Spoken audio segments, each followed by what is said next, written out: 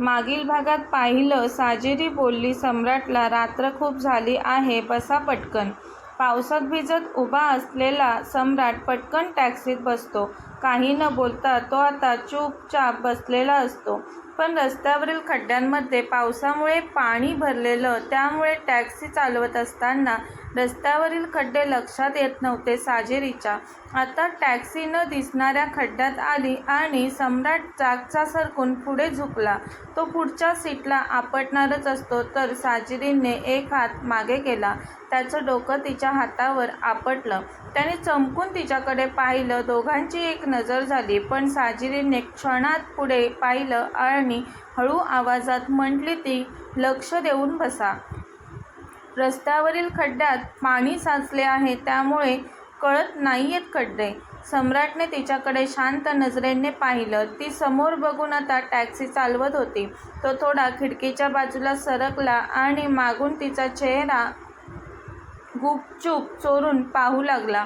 तिचा चेहरा खूपच शांत, निरागस वाटला त्याला. तो काहीच बोलला नाही, पण त्याच्या बंगल्याजवळ टॅक्सी येतोपर्यंत तो तिला तिच्याही नकळत चोरून चोरून निहाळत होता. टॅक्सी थांबली तशी ती म्हणाली, सर, आलो आपण. तुम्ही उतरताय ना? मला माझ्या घरी जायचं आहे. खूप उशीर झाला आहे. तसा तिला पाहण्यात हरवलेला तो भानावर आला आणि पटकन उतरला. त्याने पाकिटमधून काही पैसे काढले आणि साजिरीसमोर पकडले. पण साजिरीने त्याचे पैसे घ्यायला नकार दिला. ती म्हणाली, सर, पैसे नको. तुम्ही अडचणीत होतात ते पाहून मी तुमची मदत केली. तो पुढे काही बोलणार तर ती टॅक्सी स्टार्ट करून तिथून निघून गेली. सम्राट टॅक्सी नजरेआड होतोपर्यंत तिथेच उभा होता. त्याच्या हातात तिला देण्यासाठी पुढे केलेले पैसे होते. ते पाहून पहिल्यांदाच त्याला जाणीव झाली की प्रत्येक गोष्ट आपण पैशाने नाही विकत घेऊ शकत. त्या रात्री सम्राट त्याच्या रूममध्ये आला, पण त्याला झोप येत नव्हती. सारखं सारखं तेच दृश्य त्याच्या नजरेसमोर येत होतं, जे साजिरीने काही न बोलता त्याला मदत केली. पैसे देखील नाही घेतले तिने. तिचा तो सुंदर, गोरा, निरागस, शांत चेहरा तो बंद पापण्याआड दिसत होता त्याला. तो स्वतःशीच बोलला, ज्या मुलीसोबत मी एवढा चुकीचा वागलो, ती मुलगी माझ्यासोबत इतकं चांगलं का वागली असेल? त्याला माहीत नव्हतं. त्याला पडलेला त्याचाच प्रश्न. हळूहळू त्याच्या मनातील तिरस्कार संपेल ते. त्या रात्रीनंतर सम्राटचं आयुष्यच बदलू लागलं. पहिलं त्याचं आयुष्य ऑफिस मीटिंगनी सुरू व्हायचं. तिथे तो आता ऑफिसला जाताना रस्त्यावरच्या टॅक्सी पाहू लागलेला. ती दिसते का पुन्हा असं वाटून त्याची नजर तिला शोधायची. त्याला कळत नव्हतं ती साधारण मुलगी सारखी का मला आठवत आहे. त्याने खूप वेळा स्वतःला समजवण्याचा प्रयत्न केला की ती फक्त मदत होती जी तिने मला केलेली. पण हृदय प्रत्येक वेळी मेंदूचं ऐकून घेत नव्हतं. इकडे साजिरी तिच्या आयुष्यात पहिल्यासारखीच व्यस्त होती. टॅक्सीचे हप्ते, आईच्या औषधांचा खर्च, मयंकचं शिक्षण, घरची कामं. साजिरीने घरी आईला त्या रात्रीविषयी आणि त्याच्याविषयी काहीच सांगितलं नव्हतं. ती संकटात असलेल्या कोणालाही मदत करत असे. माणुसकी जिवंत होती तिच्यात. काही दिवसानंतर सम्राटने त्याच्या कार ड्रायव्हरला म्हटलं, आज कार इथेच असू देत, मी चालत जातो. ड्रायव्हर सम्राटच्या तोंडून तो चालणार आहे हे ऐकून थक्क झाला, कारण सम्राट कधी चालत जात नव्हता. कारनेच प्रवास करायचा तो नेहमी, आणि आज तो चालत जाणार बोलत आहे. पण खरी गोष्ट ही होती की तो चालत त्या रस्त्यावर साजिरीला पाहायला आलेला. त्या रस्त्यावरून साजिरी रोज टॅक्सी चालवत निघायची. काही वेळातच साजिरी समोरून टॅक्सीत बसून आली. तिला पाहून सम्राटने तिला हात दाखवला. साजिरीने टॅक्सी थांबवली. तसे एकमेकांना पाहून दोघे काही न बोलता काही क्षण शांत झाले. मग आता साजिरीनेच हळू आवाजात विचारलं, कुठे जायचं आहे? तसं सम्राट हलकं हसून बोलला, ऑफिसपर्यंत सोड. तो टॅक्सीत बसला, पण संपूर्ण रस्ता दोघे एकमेकांमध्ये बोलले नाहीत. यावेळी सम्राटचं वागणं खूपच सॉफ्ट होतं ते लक्षात आलं तिच्या. त्याच्या चेहऱ्यावर राग, घमंड नव्हता. या उलट त्याचा चेहरा शांत होता. ऑफिसजवळ टॅक्सी आल्यावर त्याने पैसे तिला देण्यासाठी तिच्यासमोर पकडले. साजिरीने पैसे घेतले आणि ती निघणार त्याच वेळी सम्राटने हळू आवाजात म्हटलं, त्या रात्री माझी मदत केली तू, त्यासाठी धन्यवाद. तसेच साजिरीने त्याच्याकडे पाहिलं आणि एवढंच म्हटली ती, धन्यवादाची जरूरत नाही. तुम्हाला शक्य असेल तर संकटात असलेल्या लोकांना मदत करा, बोलून ती तिथून निघून गेली. त्या दिवसानंतर सम्राट मुद्दामच त्या रस्त्याने जाऊ लागला. कधी तो तिच्या टॅक्सीत बसायचा तर कधी तो तिची टॅक्सी थांबवून तिच्यासोबत 2 मिनिट बोलायचा. असं करण्याने हळूहळू दोघांमध्ये बोलणं वाढलं. साजिरी नेहमी रिस्पेक्टने बोलायची त्याच्याशी. तसेच बोलताना ठराविक अंतर ठेवूनच ती त्याच्याशी बोलायची. तिला अजूनही सम्राटवर भरोसा नव्हता, पण सम्राटच्या मनात ती बसलेली. तो तिला लाईक करू लागलेला. आता त्याला तिच्या गरिबीचा काही फरक पडत नव्हता. एक दिवस ती घरी परतत असताना तिची नजर रस्त्याच्या बाजूला रडत बसलेल्या छोट्या मुलीवर पडली. तिची सायकल बाजूला पडलेली. त्या मुलीच्या डोक्यातून रक्त येत होतं. साजिरीने पटकन टॅक्सी बाजूला उभी केली आणि ती त्या छोट्या मुलीजवळ आली. तिने तिला पाणी पाजलं. तिच्या घरच्यांना फोन लावला.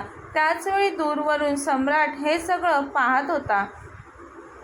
त्याला समजलंच नाही तर त्याची खात्री पटली. साजिरी लोकांची मदत मनापासून करते. त्यात कोणत्याही प्रकारचा दिखावा नसतो. सम्राट मनातून खूप खुश होता साजिरीला पाहून. तो स्वतःशीच मनात बोलला, म्हणूनच लोक म्हणतात की गरीब माणसं गरीब असून पण श्रीमंत असतात. हळूहळू सम्राट बदलू लागला. तो त्याच्या ऑफिस स्टाफसोबत व्यवस्थित वागू लागला. त्यांच्या छोट्या छोट्या चुकांवर तो त्यांना न ओरडता त्यांना चुका दुरुस्त कशा करायच्या ते समजावून सांगू लागला. ऑफिस स्टाफ तर सरांच्या बदललेल्या रूपाला पाहून थक्क झालेला. अजयने सम्राटचा छान मूड पाहून त्याला आज विचारलं, सर, तुमच्याकडे पाहून असं वाटत आहे की तुमच्या जीवनात कोणीतरी खास व्यक्ती नक्कीच आली असावी. सम्राटने पहिलं तर त्याच्याकडे दुर्लक्ष केलं, पण हलकीशी स्माईल त्याच्या चेहऱ्यावर आली. काही दिवसांनी मयंकच्या स्कूलमध्ये कार्यक्रम ठेवलेला. मयंकने जिल्ह्यात सगळ्या मुलांमध्ये पहिला नंबर मिळवलेला. स्कूलमध्ये सर्व मुलांच्या पॅरेंट्सना बोलवलेलं कार्यक्रमासाठी.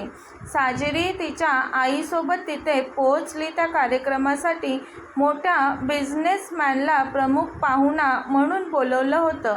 कार्यक्रम सुरू झाला आणि प्रमुख पाहुण्यांचं नाव घेतलं तेव्हा साजिरी सम्राटला पाहून अवाक झाली. ती तर त्याला पाहतच राहिली. सम्राटनेही तिच्याकडे त्याच वेळी पाहिलं. दोघांच्याही नजरेत शांती होती. कार्यक्रम संपल्यावर सम्राट स्वतःहून साजिरीजवळ आला. त्याने मयंकची प्रशंसा करत म्हटलं, तुला तुझ्या ताईवर अभिमान असायला हवा. ताईने तुझ्या शिक्षणासाठी खूप मेहनत केली आहे. मयंक हसतच बोलला त्याला, मला माझ्या ताईवर खूपच अभिमान आहे सर. सम्राट साजिरीच्या आईलाही भेटला तेव्हा आणि बोलला त्यांच्याशी. आई म्हणाली, साजिरी बोलते तुमच्याविषयी घरी. ती सांगते मला तुम्ही खूपच श्रीमंत आहात. पण बेटा, श्रीमंत लोक तेही असतात जे मनाने श्रीमंत असतात. तसं सम्राटला त्याचं वागणं आठवलं.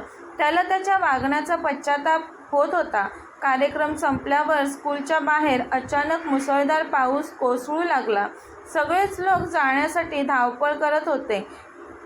साजिरी तिच्या आईला घेऊन निघालेली, पण तिच्या आईचा पाय सरकला. ती पडणारच असते तर सम्राटने लगेच पुढे होऊन तिच्या आईला पकडलं. साजिरीने घाबरत आईचा हात पकडला. त्याचवेळी सम्राटच्या हाताला तिच्या हाताचा स्पर्श झाला. दोघे काही क्षण एकमेकांकडे पाहू लागले. आता सम्राटने हळू आवाजात म्हटलं, आतापासून तुम्हाला खडतर आयुष्य जगण्याची जरूरत नाही. असं बोलून तो निघून गेला. त्याच रात्री त्याने त्याच्या मनातील साजिरीला सांगण्याचा निर्णय घेतला. पण त्याला हेही माहीत होतं, प्रेमाची कबुली देण्याअगोदर माझ्याकडून घडलेल्या चुकांची कबुली साजिरीसमोर द्यायला हवी मला. त्याच्या डोक्यातील विचाराने सम्राट झोपूही शकला नाही. पहिल्यांदा त्याला जाणवलं आपली श्रीमंती पैसा काहीच कामाचा नाही. त्याला साजिरीच्या आईचं बोलणं आठवलं. हेही आठवलं त्याचवेळी त्याने अहंकाराने साजिरीची टॅक्सी तोडायला सांगितलेली ते. त्याने स्वतःला आरशात पाहिलं. त्याच्या वागण्याची त्याला आता लाज वाटू लागलेली. दुसऱ्या दिवशी तो ऑफिसमध्ये आला तेव्हा त्याने केबिनमध्ये अजयला बोलवून घेतलं आणि सम्राट त्याला म्हणाला, आजपासून आपल्या ऑफिस स्टाफमधील कोणालाही छोट्या छोट्या चुकांमुळे कामावरून काढून टाकलं नाही जाणार. आणखीन एक काम आहे अजय, मला त्या गॅरेजचा ॲड्रेस हवा आहे जिथे साजिरीने तिची टॅक्सी ठीक करून घेतलेली.